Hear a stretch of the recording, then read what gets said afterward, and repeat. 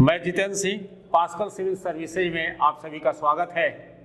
हम लोग पिछले वीडियो में ऋग्वैदिक काल के राजनीतिक जीवन के विषय में हम लोगों ने बात किया था।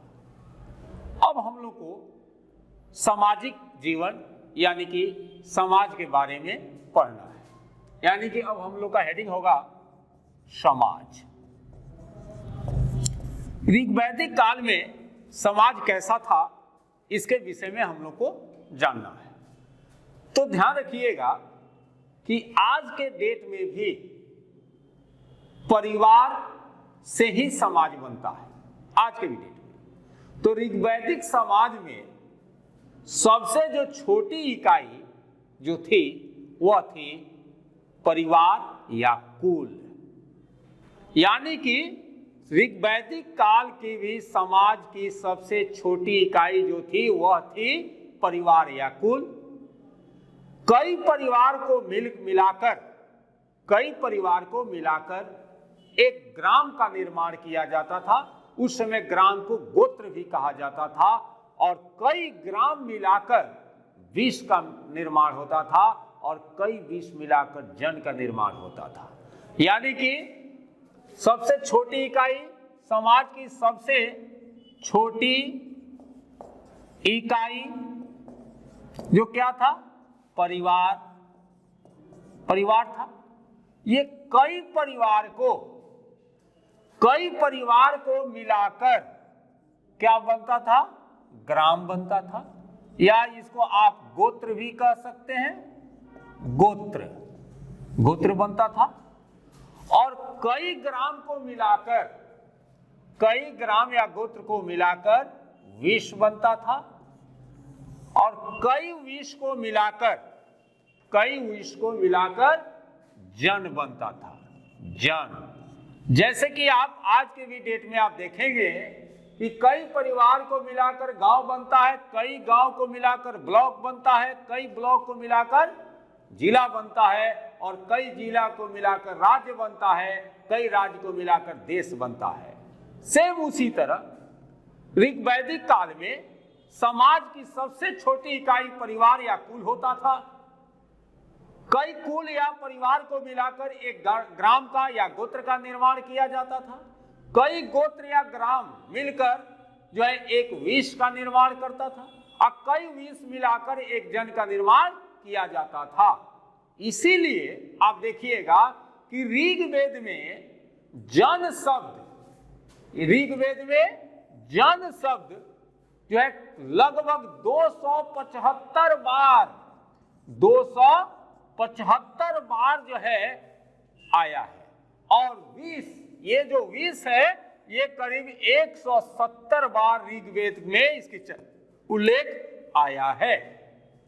क्लियर हो गया? अब वो समाज कैसा था, तो आप देखिएगा कि सिंधु घाटी सभ्यता में हमने कहा था कि जो समाज था वो मातृसत्तात्मक था, लेकिन ऋग्वैदिक काल का जो समाज था वह मातृसत्तात्मक नहीं बल्कि पितृसत्तात्मक था। ऋग्वैदिक समाज पितृसत्तात्मक समाज था। पिता ही परिवार का मुखिया होता था और पुत्र के प्राप्ति के लिए देवताओं से जो है प्रार्थना की जाती थी कि हे भगवान हमारे यहाँ पुत्र जो है जन्म ले। और परिवार क्या था, संयुक्त होता था, यानी कि छोटे छोटे परिवार नहीं होते थे, परिवार बड़े बड़े होते थे। परिवार में चाचा चाची सब कोई जो है मिलकर रहता था। ऋग्वैदिक काल में वर्ण व्यवस्था के भी कुछ चिन्ह दिखाई पड़ते हैं। ऐसे कहा जाता है कि ऋग्वेद के 10वें मंडल, ये जो है नया है, बाद में जोड़ा गया, लेकिन फिर भी ऋग्वेद में अगर इसको है तो हम लोग को जानना जरूरी है। तो वैदिक काल में वर्ण व्यवस्था के चिन्ह दिखाई पड़ते हैं। ऋग्वेद के 10वें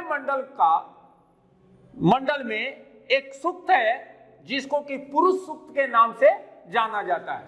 ऋग्वेद के 10वें मंडल में एक सूक्त है जिसको कहा जाता है पुरुष सूक्त कहा जाता है।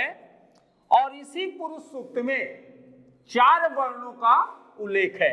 इसी पुरुष सूक्त में 4 वर्णों का उल्लेख है।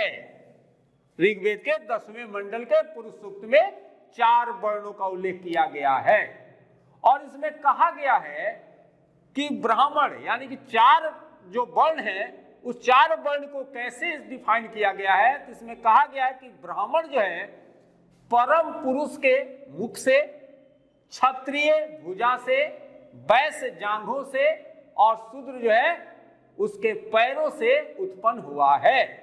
यानी कि ऋग्वेद के 10वें मंडल के पुरुष सूक्त में 4 वर्णों का उल्लेख है। इसमें कहा गया है कि ब्राह्मण परम पुरुष के मुख से, क्षत्रिय भुजा से, वैश्य जांघों से और शूद्र पैरों से उत्पन्न हुए हैं। और ऋग्वेद के शेष भाग में कहीं भी, ऋग्वेद के अन्य भाग में कहीं भी वैश्य और शूद्र का वर्णन नहीं है।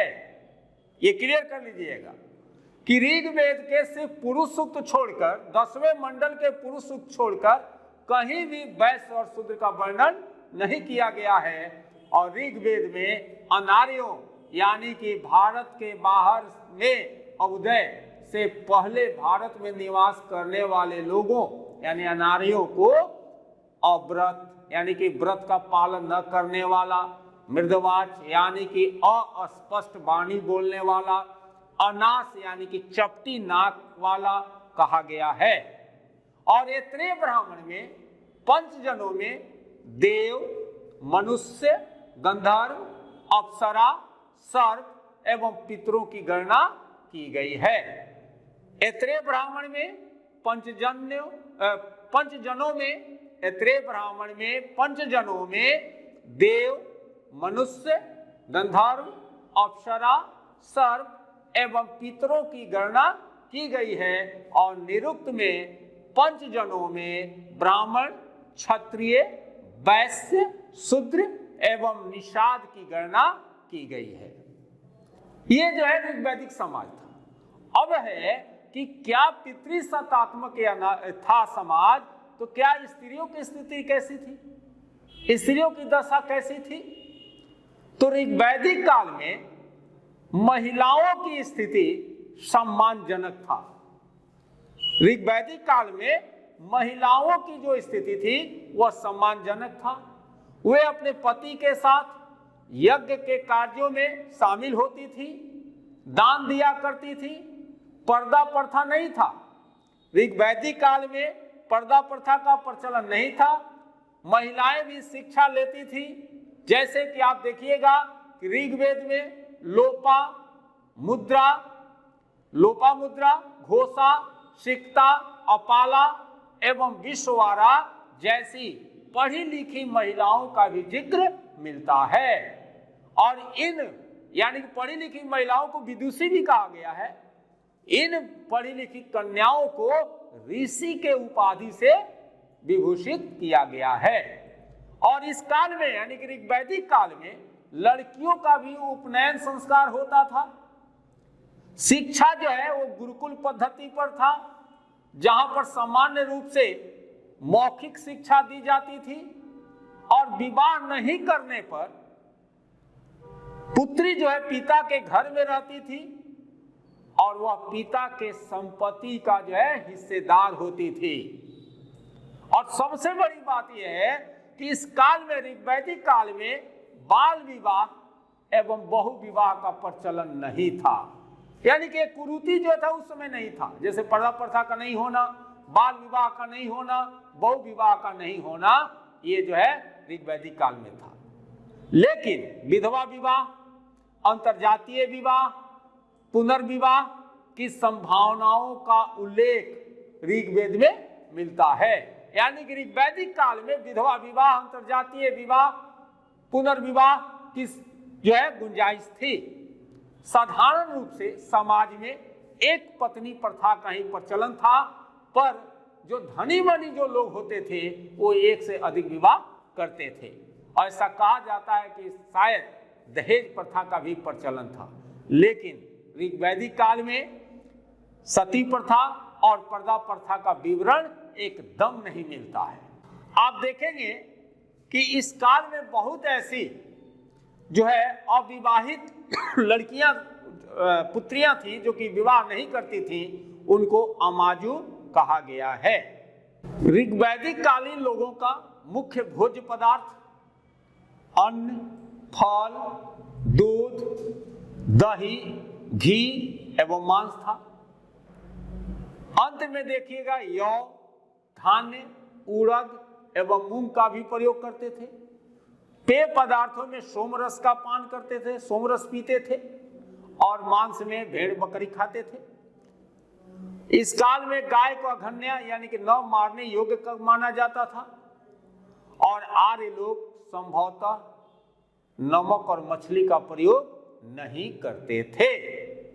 ये जो है देखिएगा कि इस कालखंड की जो है आप देखेंगे कि ये जानकारी थी।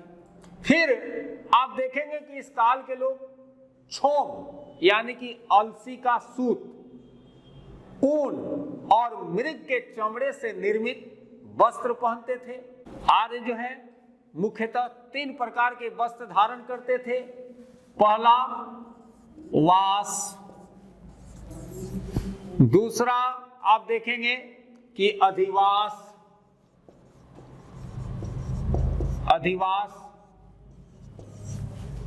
और तीसरा जो है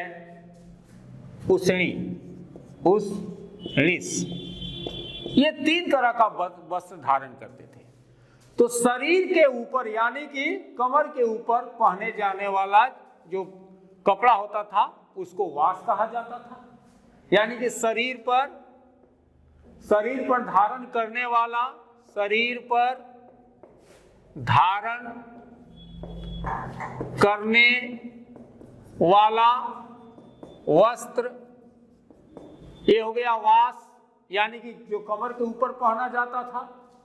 फिर जो है आप देखेंगे कि अधिवास जो है, ये जो है यानी कि कमर के नीचे पहने जाने वाला, कमर के नीचे पहनने वाला वस्त्र, और उष्ण यानी कि इसको आप पगड़ी भी कह सकते हैं, यानी कि पगड़ी भी धारण करते थे।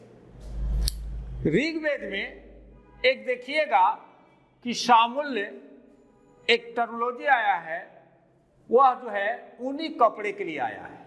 शामुल्य जो है, शामुल्य जो है यह टर्मिनोलॉजी आया है ऊनी कपड़ों के लिए। ऊनी कपड़ों यानी कि ऊनी कपड़े भी लोग पहनते थे। और पेशस यानी कि एक है केसस, ये जो कपड़ा था ये कढ़ाई बुनाई किया हुआ, कढ़े यानी कि कपड़ा के ऊपर जो काम किया जाता है उसको पेशस कहा जाता था।